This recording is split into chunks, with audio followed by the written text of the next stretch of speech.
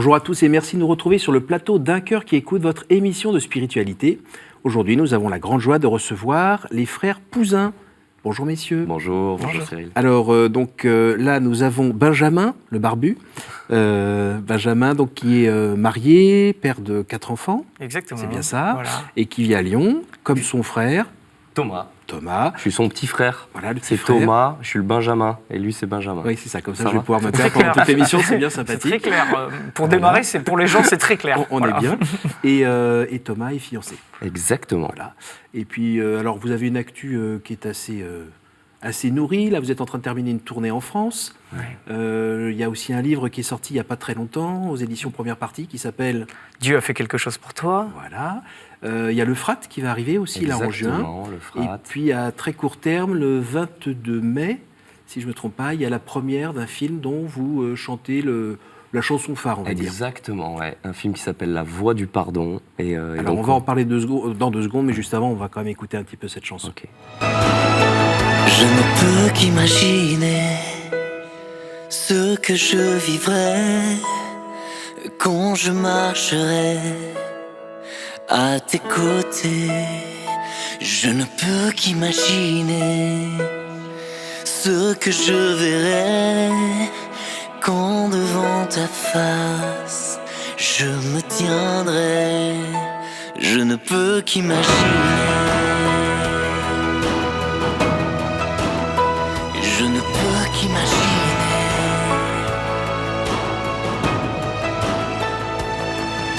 entouré de ta splendeur, que ressentira mon cœur, le désir de danser ou de te contempler, le désir de m'incliner ou la force de m'avancer, de chanter Alléluia ou dans le silence adorer. Je ne peux qu'imaginer.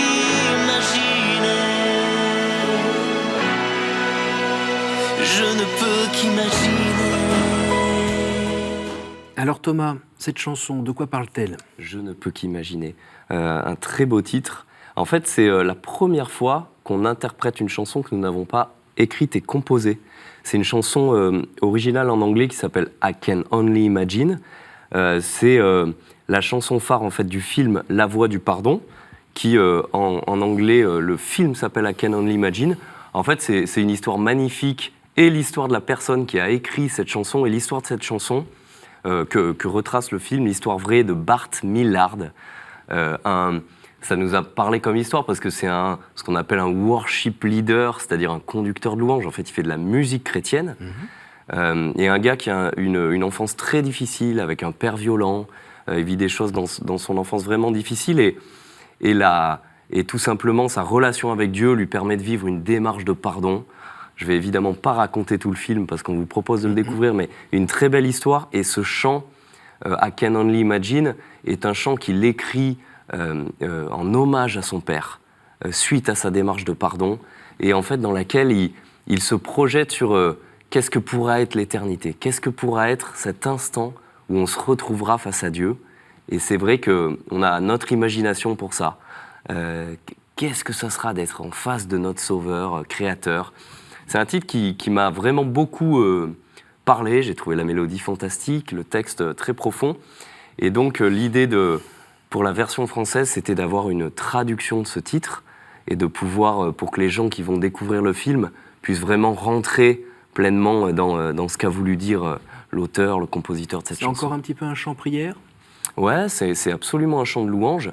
C'est très beau, il mélange un petit peu le témoignage et la louange, parce que il est écrit à Je ne peux qu'imaginer, donc l'auteur parle de sa vie personnelle, mais ensuite, d'un coup, pendant le refrain, on s'adresse à Dieu. Entouré de ta splendeur, que ressentira mon cœur ? Est-ce que j'aurai envie de danser ? Est-ce que j'aurai envie de m'incliner ? Qu'est-ce qui se passera en moi dans cette rencontre ? Et voilà, c'est très beau, ce chant est magnifique, on est très heureux, on le chante avec Grégory Turpin, voilà, qui est chanteur chrétien lui aussi. C'était la première fois qu'on collaborait ensemble, donc c'était une belle occasion. Donc voilà, le 22 mai, dans toute la France, donc on invite les gens. Donc la sortie du film, voilà, avec cette bande originale. Exactement, allez Ça découvrir répond. ce Je film. pense que ce titre et ce film répond à la question que tout être humain, un jour ou l'autre, se pose, je pense, c'est qu'est-ce qui va se passer quand je rencontrerai Dieu? Vous savez, souvent, on pose des questions aux gens en disant, qu'est-ce que vous direz à Dieu si vous le rencontrez demain? Qu'est-ce que vous demanderez à Dieu? Et cette chanson a eu le mérite, quand elle est sortie aux États-Unis, d'avoir un grand succès, parce que cet homme a senti combien cette question habitait le cœur de chaque homme. Et d'une manière chrétienne, avec sa foi, il a tenté de répondre. Et c'était vraiment agréable pour nous de faire ce titre. Alors Benjamin, cette année aussi, vous avez une actu littéraire. Vous avez sorti un livre. Ouais. De quoi parle-t-il? En fait, c'est né lors des soirées de louanges avec Glorious. On a toujours souhaité tenir aussi ça avec Thomas, c'est-à-dire à la fois de proposer aux gens de vivre un moment festif, de joie, de louange, d'exultation, de concert, mais aussi d'intériorité, de prière intérieure, d'enseignement, de témoignage, d'aller vers la parole de Dieu. Et donc, à chaque fois, on parlait. Pendant 10-12 minutes, on prend la parole et on témoigne aux gens. On arrête de chanter, carrément, les gens sont assis, et on leur parle, on leur témoigne, on leur donne un message.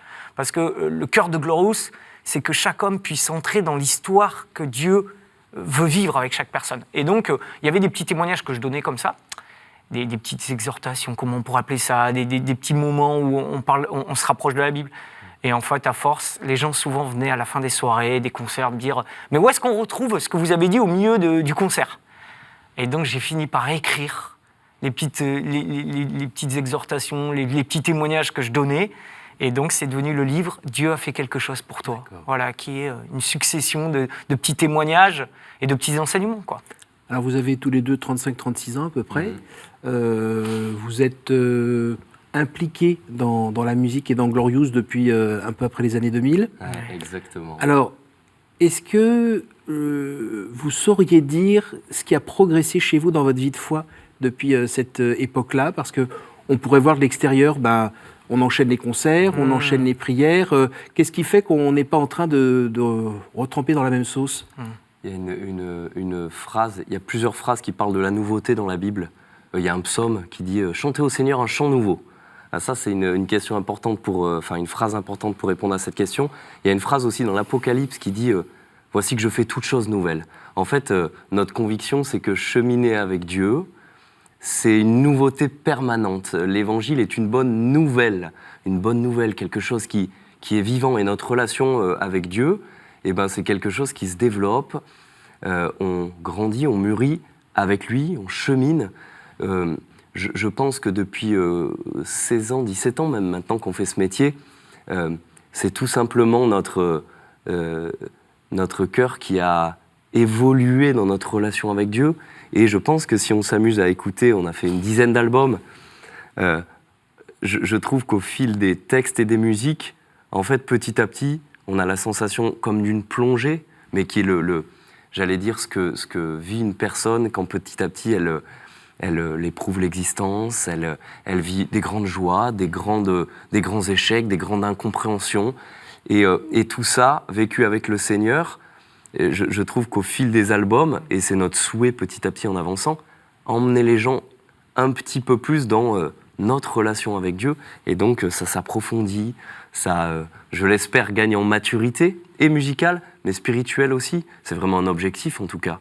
Donc depuis toutes ces années, c'est un peu ce mouvement-là que je sens, moi. Ouais, je crois que la foi est un processus d'évolution, chacun de nous, comme grandir. Et la foi n'est absolument pas quelque chose qui stagne ou quelque chose qu'on aurait signé une fois pour toutes, et qui après serait appelé simplement à se maintenir. À l'inverse, je crois que la foi est quelque chose de vivant et donc en perpétuelle évolution. Et Dieu nous fait passer par des moments de désert, Dieu nous a fait passer par des vallées, Dieu nous a fait passer par des endroits ou si on me l'avait dit, j'aurais dit non, je veux surtout pas passer par là. Et je pense que chaque personne devant son poste peut dire ça, c'est-à-dire de dire j'ai pas envie de passer par là en ce moment. Alors, vous vous retrouvez sous la lumière des projecteurs, à redire, à transmettre le dépôt de la foi finalement, dans vos chansons, dans vos textes. Finalement, vous vous retrouvez un petit peu, pour certains, peut-être à être des exemples. C'est pas trop lourd ça comme pression parce qu'en fait vous n'êtes que vous-même, vous vous cassez aussi la figure de temps en temps. C'est pas trop dur de continuer à annoncer la bonne nouvelle quand soi-même on se rend compte de sa pauvreté? C'est très important d'être très vrai avec les gens, de pas jouer un personnage, de pas... c'était Pascal hein, qui fait l'ange, qui essaie de faire un peu l'ange, c'est-à-dire cacher ce qui est en lui de plus difficile, fait la bête finalement. Donc j'allais dire une des clés un peu depuis le départ, c'est déjà rire de soi, avoir de l'autodérision. Non, on n'est pas des stars, c'est-à-dire que tout est relatif. Oui, on est sous les projecteurs parce que nous faisons de la louange devant des gens et que oui, il y a des projecteurs. Mais en fait, qu'est-ce que ça veut dire que des gens viennent écouter, prier avec nous?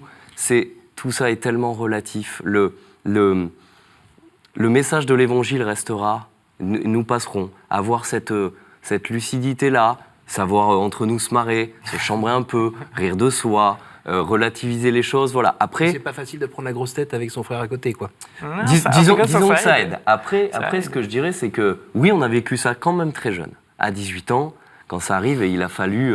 mais en fait, justement, je trouve comme on a vécu ça très jeune, on a eu la chance aussi d'avoir des gens autour de nous, mais pour moi, c'est savoir rire de soi, et puis toujours avoir à l'esprit que comment dire, oui, être sous les lumières, l'homme, il n'est pas fait pour ça, en fait, par principe.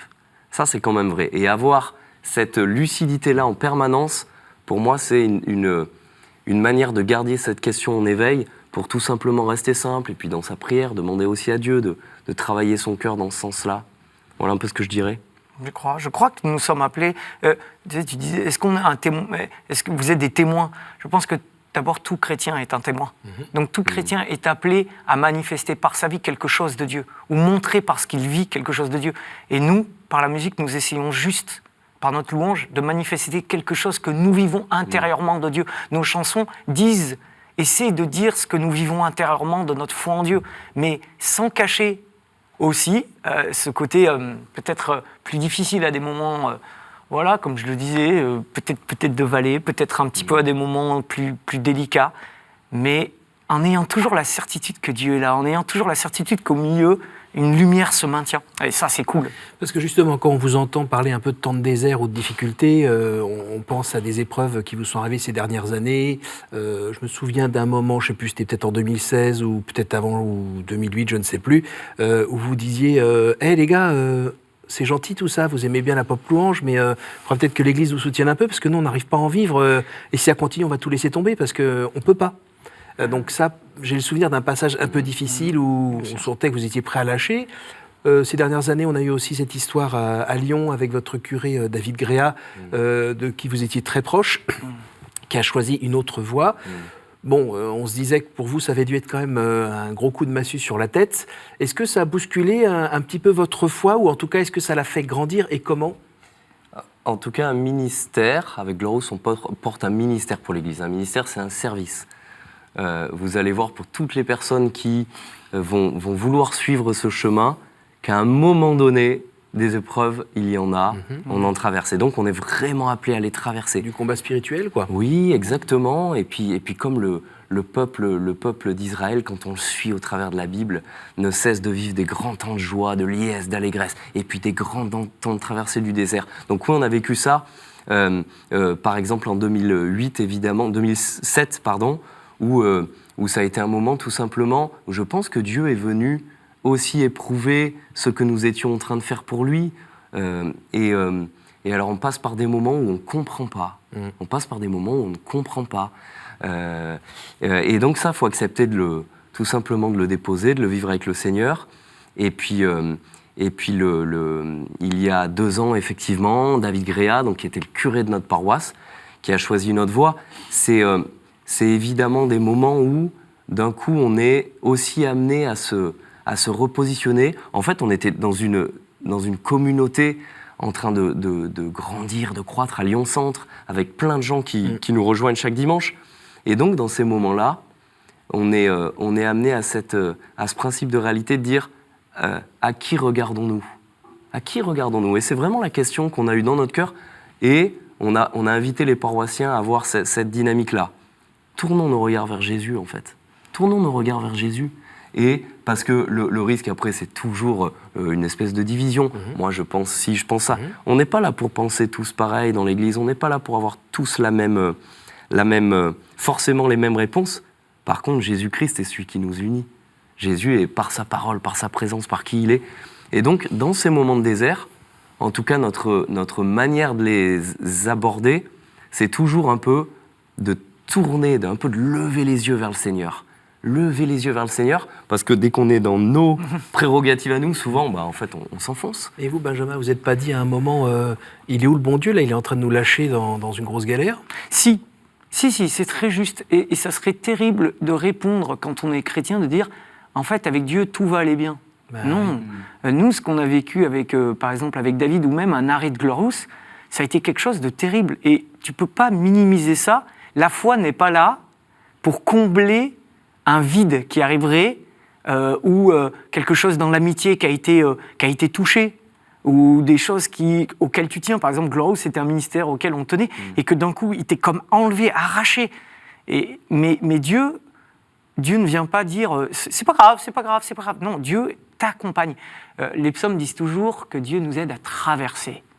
Dieu nous aide à traverser. Je crois que le peuple d'Israël est appelé à traverser le désert, est appelé à traverser la mer Rouge. Et nous sommes appelés à traverser nos épreuves. Et chaque personne est appelée, qu'on ait des soucis dans notre travail, dans notre couple, avec nos enfants, on est appelé à traverser. Et souvent, quand on vit, quand ça démarre, quand on arrive devant la mer Rouge et qu'il va falloir la traverser, on n'a pas du tout envie. Et donc, quand David il est parti, moi, j'avais pas du tout envie que David y parte. Et j'étais vraiment pas heureux. Et quand Glorious s'est arrêté en 2006, j'étais vraiment pas heureux. Et en aucun cas, la foi viendrait te permettre d'évacuer le réel. Au contraire, elle te permet d'embrasser d'une manière nouvelle le réel. C'est-à-dire avec une perspective. Et le peuple d'Israël, quand il sort de l'esclavage, il a d'un coup une perspective. Mais pour aller vers cette perspective, il va devoir traverser. Et en fait, pour nous, c'est ce qui est le plus dur. Accepter de passer au milieu de la mer en pleine nuit comme ça et de regarder des deux côtés en disant mais je vais me faire dévorer. Et quand on vit ça, voilà. Et Dieu nous a permis, Glorious, de vivre ça un petit peu, et chacun.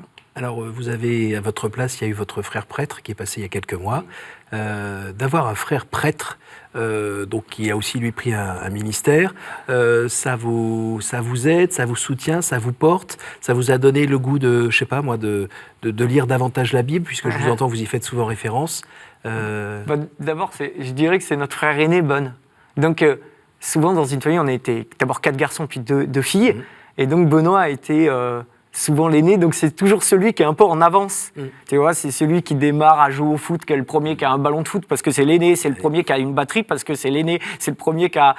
Tu vois, il fait toujours tout en avance. Alors quand t'es petit avec Tom, on regardait nos 2 grands frères, Benoît et Aurélien, comme ça, toujours un peu en avance. Et donc souvent, Benoît, ça a été super parce qu'il a souvent initié plein de choses dans la famille.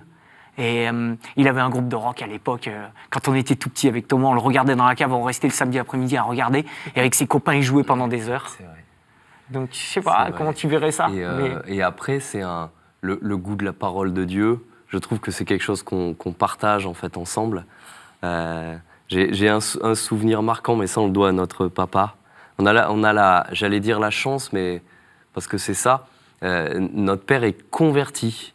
Il a vraiment rencontré Dieu et ça lui a permis, je trouve, de nous parler de lui d'une manière toujours relationnelle, dans une liberté, dans une relation. Et je pense que le goût de la parole de Dieu, je me souviens que petit, notre papa nous racontait des histoires bibliques en fait. Et avec un certain talent, c'était un peu un conteur. Non mais c'est vrai. Et donc ça, je trouve que ça a mis un peu dans notre cœur...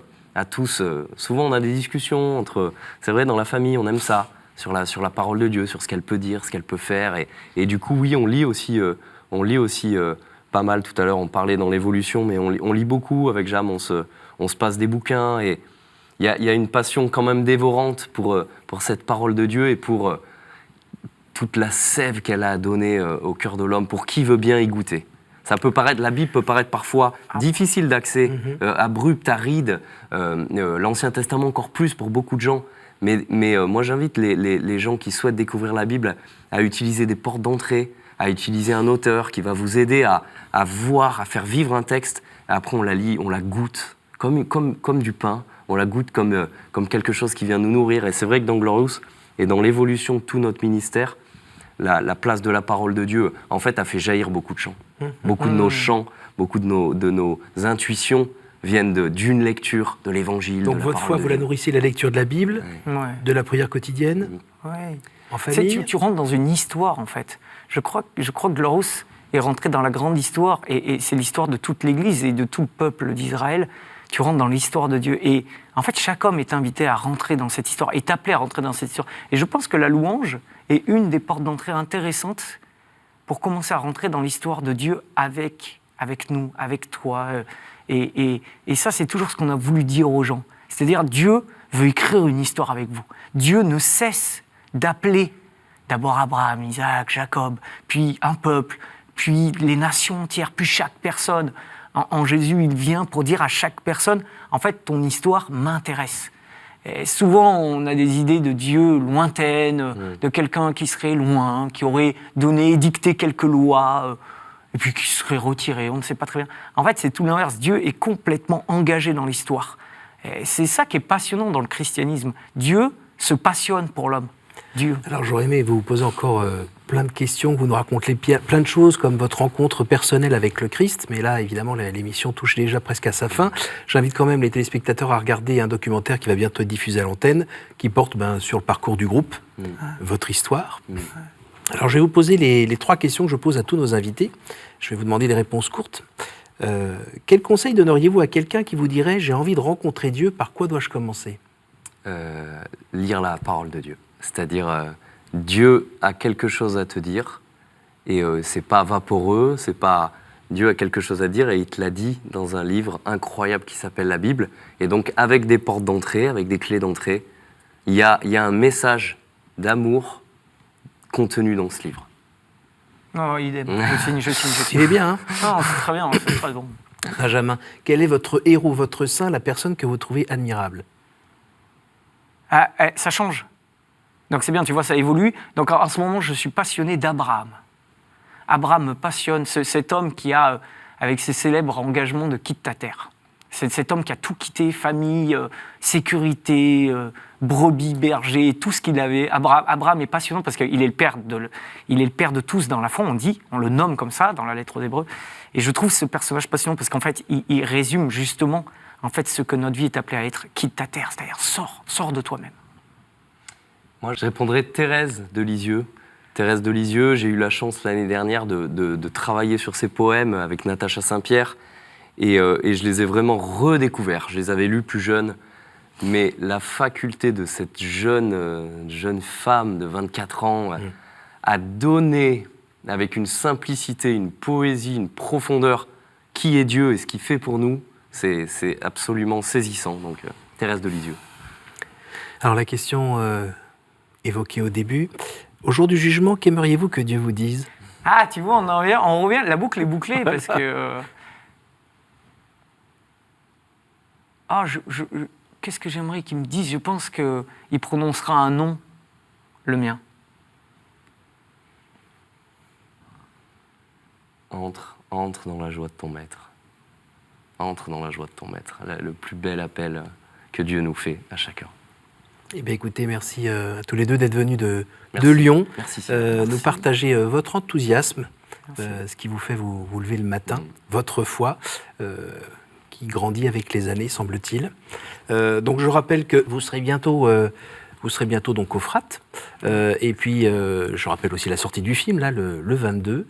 Merci, tout simplement. On va se quitter sur une musique que vous avez composée qui s'appelle « Enfant de Dieu ». Merci à vous tous pour votre fidélité. Alors, si vous voulez en savoir plus sur Glorious, il y a un site qui s'affiche en bas de l'écran, glorious.fr, c'est assez simple à retenir. Et sinon, si vous avez envie de revoir cette émission et de la partager autour de vous, il y a toujours notre site www.ktotv.com. À la semaine prochaine et on se quitte donc en musique. Je suis enfant de Dieu, mon nom est dans les cieux, appelé à vivre en liberté, dans l'esprit que mon Dieu m'a donné. Je suis enfant de Dieu, mon nom est dans les cieux, appelé à vivre en liberté, dans l'esprit que mon Dieu m'a donné. C'est toi qui m'as façonné, mon nom tu l'as prononcé, et dans le feu baptisé, au jour du puis je me lèverai. Je suis enfant de Dieu.